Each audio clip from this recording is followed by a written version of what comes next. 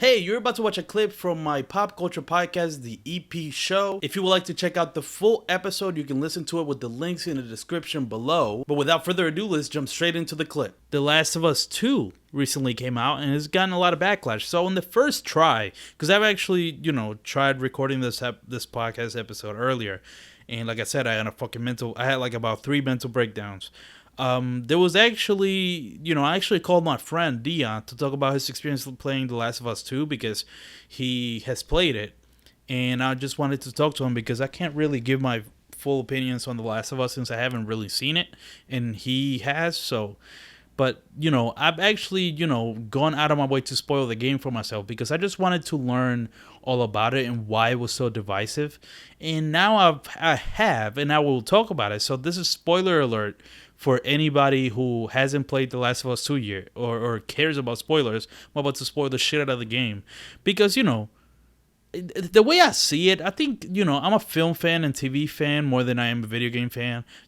I enjoy this. I really love the story in The Last of Us 1. And, in The Last of Us 2, right, is a story-driven game. So I would want to play it, but then I would be pestered by all that gameplay. Ugh, disgusting gameplay. No, I'm joking. But there is something about like solving puzzles and shit where I would just be mad. Like, what the fuck? Just give me the story already, right? Like, I will probably watch one of those YouTube like all cutscene cuts of a video game, especially for this one. I haven't. I might do that, just to get the full story of The Last of Us 2, but. Again, spoilers ahead. I'm about to get into spoilers pretty heavily. So, isn't it crazy how divisive this game has been? And look, I feel like we're just in a divisive time in general, but I feel like this game specifically really did something where, like, fans, this game, you either love it or hate it.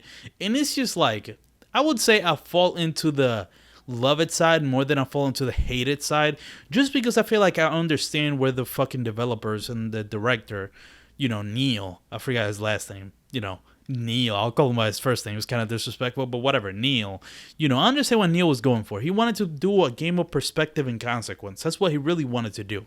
And that's why, again, spoiler alert, this is like the third time I'm warning you, Joel gets killed in the first like 2 hours of the game in the most gruesome way possible, and in a lot of people's eyes, in the most, unsatisfying way possible. Here's what I gotta say about Joel's death, and I think that's the thing that everybody seems to hate, and that's where a lot of the hate comes from. Here's what I gotta say about that. I feel like with Joel, I didn't even think Joel was gonna be alive at all for The Last of Us 2. I expected this game to start with Joel being dead. Just because I felt like Joel's story was over in the first one. And I felt like it only makes sense. This is going to be Ellie's story, right? It's The Last of Us 2. This is a continuation. I would think that's where the game would go.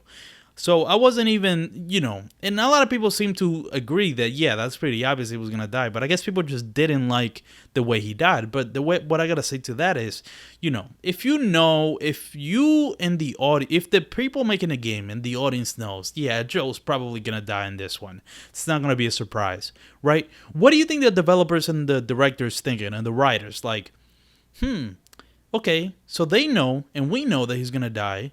What can we do to spice this up? To make it actually feel, like a death, like a real death that people care about. Well, let's just fucking kill him in the first 2 hours in the most gruesome way possible, right? In the most unexpected time possible in a video game. Because it's not like the very beginning. It's like 2 hours go by before that actually happens to him. So I'm like, in that way, you gotta understand why they did it the way they did, right? Like, you gotta understand that.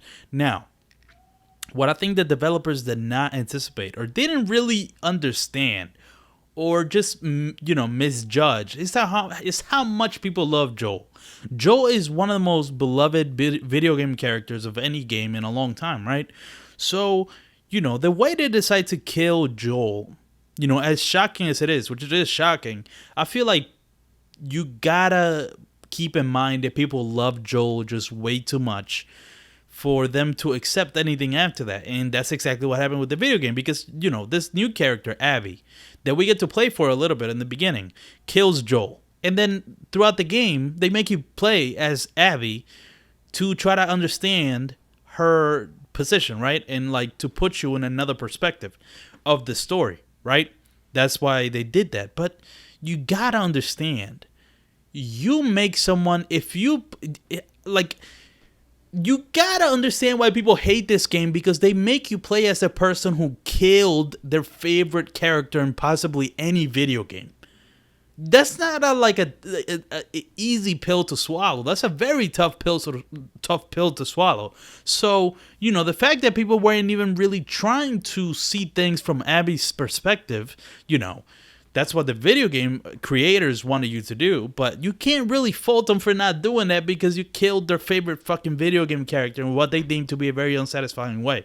Now, I actually thought it makes sense. I understand why they did it that way, and I think it made the storytelling a little bit more unpredictable and interesting, honestly, because now you can go back, you can have flashbacks as to what happened with with Joel and Ellie before he died, if they resolved their issues. Like, you can do storytelling in a very interesting way by killing one of the most beloved characters very early on and then retroactively filling in the gaps. I think that's a very interesting way to tell a story.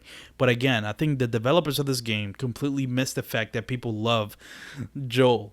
You know what I mean? They love him so much that they're not going to want to do it the way they did it. It's almost like the developers of this game, the creators of this game, kind of were separated from Joel in a way that allowed them to tell this kind of story where they will very, bleakly kill the most beloved character in this video game and then try to get you to sympathize with the person who did it, right?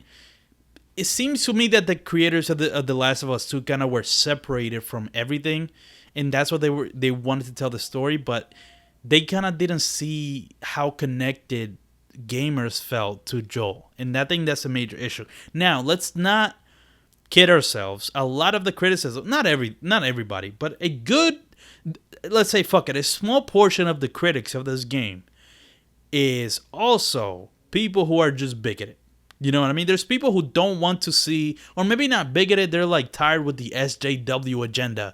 They're like, they don't want to see video games pushing this agenda. It was like everybody's fucking pushing this fucking forced lesbian characters and transgender and this and that. Like, what in diversity this, diversity that? I don't care about that, man. Just tell a good story, right? I bet you a lot of people are mad about that, and I bet you that's a lot of the criticisms that are coming from it. But, you can kind of disregard those. I don't think that's the majority by at all. I don't think that's the majority at all. But there's definitely those people.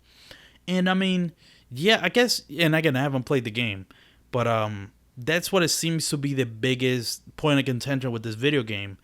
And something that is also interesting, because I guess when reviews first came out, they probably were told they can't say any specific plot points, aka probably fucking Joel's death or something like that, right?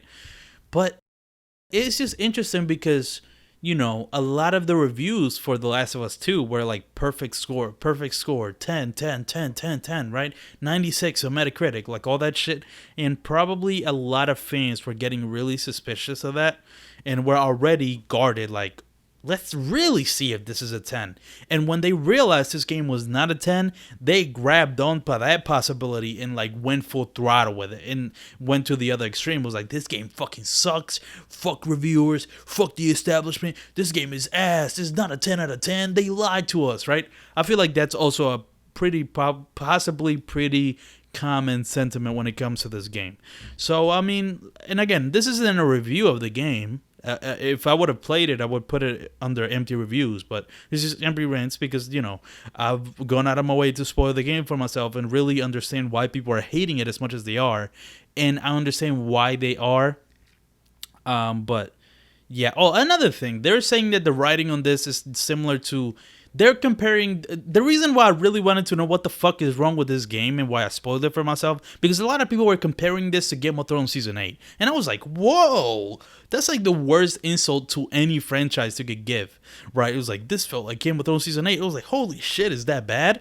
That's how bad that season was. But regardless, right? That's how they're making it seem. So now I'm just thinking, when I saw that, I'm like, all right, let me see, is that true? And then now I've talked to my friend Dion, who's played the game, and I've seen other people say it's like, No, man. The writing is not as bad as Game of Thrones season 8. In Game of Thrones season 8, everything felt rushed and, it not thought out full enough. He just kind of completely dismissed the idea that they could even be comparable. And I kind of agree with that because I'm like, there's no way. I mean, this is like a 25-hour game, and a lot of people's gripes have to do with the first 2 hours. It can't be as bad as Game of Thrones season 8, right? So I think that's a little bit of a hyperbole, but yeah, that's my those are my thoughts on all the backlash that The Last of Us 2 has received. It's kind of crazy how divisive this game is. But I understand it too because the fucking creators of this game said, "Fuck it, let's go for a Hail Mary." And this is what happens when you go for a Hail Mary. You either fucking land on the touchdown or you fucking miss the final pass and people hate you forever. That's exactly what